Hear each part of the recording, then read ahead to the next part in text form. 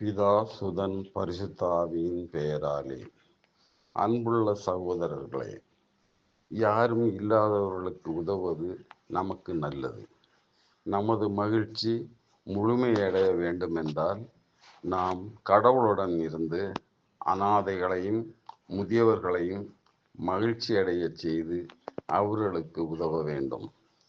நமது உலக ஆசைகள் நிறைவேறும் போது பிசாசு மகிழ்ச்சி அடைகிறான், கடவுள் துக்கப்படுகிறார். இது கடவுளின் வழி. நாம் கடவுளின் அன்பிலும் மகிழ்ச்சியிலும் நிலைத்திருப்போமாக.